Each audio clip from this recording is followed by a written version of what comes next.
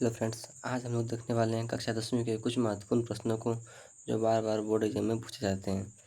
तो आज हम फिर इसका टॉप 20 क्वेश्चन लेके आए, जिनमें से 4 से 5 क्वेश्चन आपके बोर्ड एग्जाम में देखने को मिल जाएगा। तो आइए शुरू करते हैं। आज का पहला प्रश्न है, मोटर कार के हेडलाइट में किस दर्पण का प्रयोग होता है? तो मोटर कार का जो हेडलाइट होता है उसमें प्रयुक्त होने वाला दर्पण जो है वो अवतल दर्पण होता है।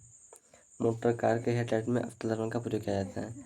नेक्स्ट प्रश्न है आज का, यदि किसी अवतल दर्पण की फोकस दूरी f तथा वक्रता त्रिज्या r हो तो संबंध उसमें क्या होता है? यानी फोकस दूरी f दिया गया है और वक्रता त्रिज्या r दिया गया है, और हम जानते हैं कि फोकस दूरी जो होती है वह वक्रता त्रिज्या के आधी होती हैं। यानी कि f जो होगा वह वक्रता त्रिज्या यानी जो r है उसका आधा होगा, यानी f बराबर r/2। तो इसका उत्तर होगा पहला ऑप्शन, f बराबर r/2। अगला प्रश्न है, दाढ़ी बनाने में किस दर्पण का उपयोग होता है? यानी जो नाई साहब जो दाढ़ी बनाने के लिए दर्पण को रखते हैं, तो वो कौन सा दर्पण होता है?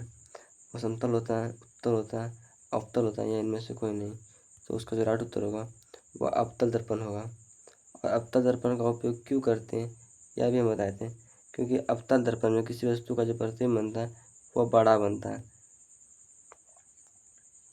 अगला प्रश्न है,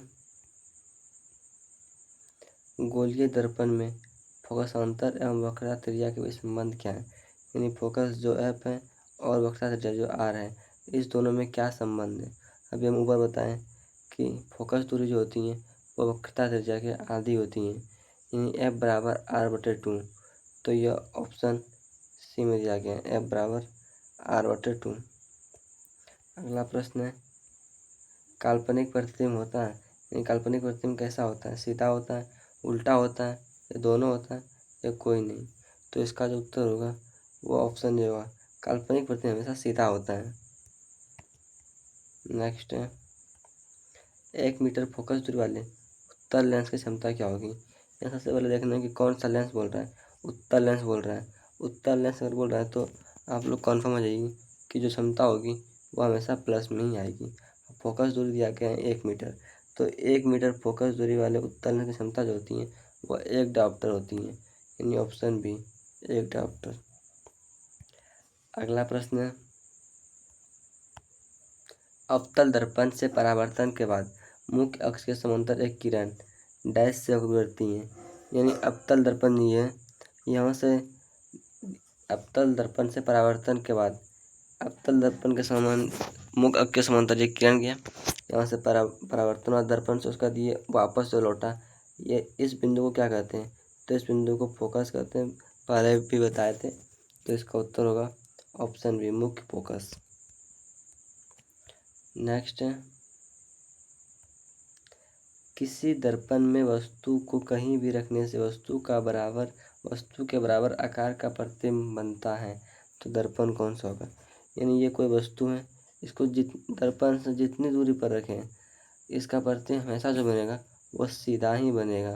तो आप लोगों को बताना है कि वो दर्पण कौन सा होगा, उत्तल होगा, अवतल होगा, समतल तथा उत्तल होगा, या सिर्फ समतल होगा? तो जो इसका राइट उत्तर होगा वो हो जाएगा ऑप्शन सी समतल तथा उत्तल। चाहे समतल तथा उत्तल दर्पण से वस्तु को कितनी भी दूरी पर रखें, वस्तु का जो प्रतिबिंब बनेगा वह प्रतिबिंब हमेशा सीधा होगा। अगला प्रश्न, किसी उत्तल लेंस की फोकस दूरी हमेशा होती है। ऊपर भी हम बताएं कि उत्तल लेंस जब बोला जाए वह फोकस दूरी हमेशा पॉजिटिव ही होती है, यानी प्लस में होता है। तो इसका जो उत्तर होगा ऑप्शन ए प्लस। 10 नंबर प्रश्न बोल रहा है, किस लेंस के द्वारा सिर्फ काल्पनिक प्रतिबिंब बनता है? यानी कौन सा लेंस है जो सिर्फ किसी वस्तु का काल्पनिक प्रतिबिंब बना सकता है? उत्तल है, अवतल है, बाइफोकल है, या इनमें से कोई नहीं? अगर काल्पनिक बोलता तो यहाँ उत्तल और अवतल दोनों होता, बट यहाँ सिर्फ काल्पनिक बोल रहे, यानी ओनली जो बोलना काल्पनिक बनेगा, न कि वास्तविक। तो अवतल दर्पण जो ये वस्तु का वास्तविक प्रतिबिंब बनाता है, इसीलिए अवतल दर्पण नहीं होगा, सिर्फ काल्पनिक उत्तल दर्पण बनाता है। तो इसका जो राइट उत्तर होगा ऑप्शन ए उत्तल दर्पण। अगला प्रश्न है, प्रकाश के अपवर्तन के कितने नियम हैं? प्रकाश के अपवर्तन के कितने नियम पूछ रहे हैं?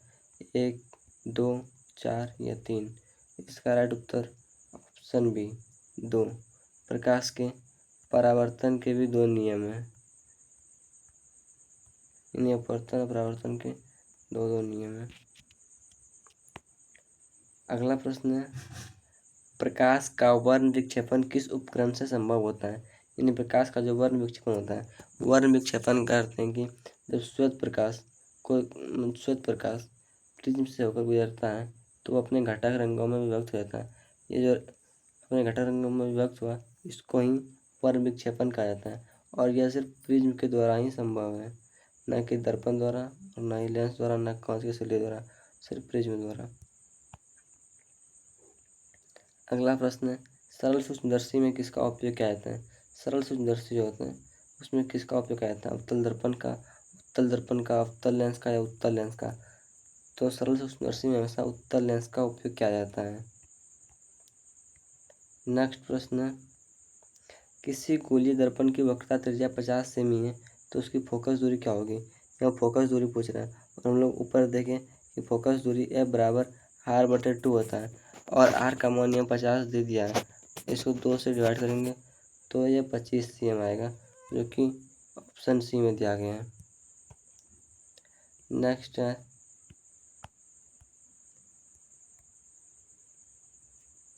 1 मीटर फोकस दूरी वाले उत्तल लेंस की क्षमता होगी। यानी 1 मीटर जो फोकस दूरी दिया गया है उस लेंस की, यानी उत्तल लेंस की क्षमता क्या होगी?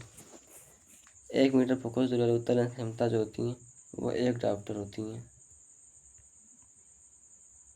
नेक्स्ट है, किस दर्पण से वस्तु का बड़ा प्रतिबिंब बनता है? तो बड़ा प्रतिबिंब सिर्फ अवतल दर्पण के द्वारा ही बन सकता है, न कि समतल के द्वारा, न ही उत्तल के द्वारा। समतल में वस्तु का बराबर प्रतिबिंब बनेगा और उत्तल में वस्तु का छोटा प्रतिबिंब बनेगा। नेक्स्ट है, प्रकाश का वेग न्यूनतम होता है। प्रकाश का वेग न्यूनतम होता है किसमें? निर्वात में, जल में, या वायु में, या कांच में? तो प्रकाश का वेग जो न्यूनतम होगा इसमें, इस सब की तुलना में सबसे अधिक न्यूनतम कांच में होगा। नेक्स्ट है, निम्न में कौन सा पदार्थ लेंस बनाने में प्रयुक्त नहीं किया जा सकता है? यानी कौन सा पदार्थ में दिया गया इसका उपयोग लेंस बनाने में नहीं होता है? जल, कांच, प्लास्टिक या मिट्टी? तो इसका उत्तर होगा ऑप्शन डी मिट्टी। और सेकंड लास्ट प्रश्न है, 4 डायोप्टर क्षमता वाले अवतल लेंस की फोकस दूरी होगी। इन्हें क्षमता दे दिया गया, पावर जो दिया है 4 डायोप्टर दिया गया है। अब फोकस पूछ रहा है तो फोकस का सूत्र होता है F बराबर 1/P। अगर CM में दिया रहे ऑप्शन या CM में दिया गया तो ऊपर 100 से गुणा करेंगे और नीचे यहाँ P का मान 4 दिया गया है तो P का 4 रखेंगे, फिर 4 से 100 कटाएंगे तो कुल 25 बार में कट जाएगा। तो इसका जो राइट उत्तर होगा वह हो जाएगा ऑप्शन बी 25 cm। और ये आज का लास्ट प्रश्न है, जब प्रकाश की किरण हवा से कांच में प्रवेश करती हैं तो वह मुड़ जाती हैं? अभिलंब से दूर, अभिलंब के निकट, अभिलंब के समांतर, या इनमें से कोई नहीं? तो जब कोई पदार्थ, मान लीजिए माध्यम का बॉर्डर है, इधर विरल माध्यम है और इधर सघन माध्यम है, यह हवा से कांच में प्रवेश कर रहा है, हवा विरल हो गया और कांच सघन हो गया और यह अभिलंब है। जब कोई पदार्थ विरल माध्यम से सघन माध्यम में प्रवेश करेगी तो वह अभिलंब की ओर झुक जाएगी। तो इसका जो राइट उत्तर होगा वह ऑप्शन बी होगा, अभिलंब के निकट। तो आज का प्रश्न आप सभी को अच्छी तरीके से समझ में आ गया होगा। अब मिलते हैं नेक्स्ट वीडियो में। और अगर इसका PDF चाहते हैं तो टेलीग्राम और व्हाट्सएप ज्वाइन कर लीजिएगा। इस डिस्क्रिप्शन बॉक्स में दोनों का लिंक दे दिया गया है और मेरे चैनल पे और भी वीडियो अपलोडेड है, वहाँ से देख सकते हैं, समझ सकते हैं, सीख सकते हैं। मिलते हैं नेक्स्ट वीडियो में। धन्यवाद।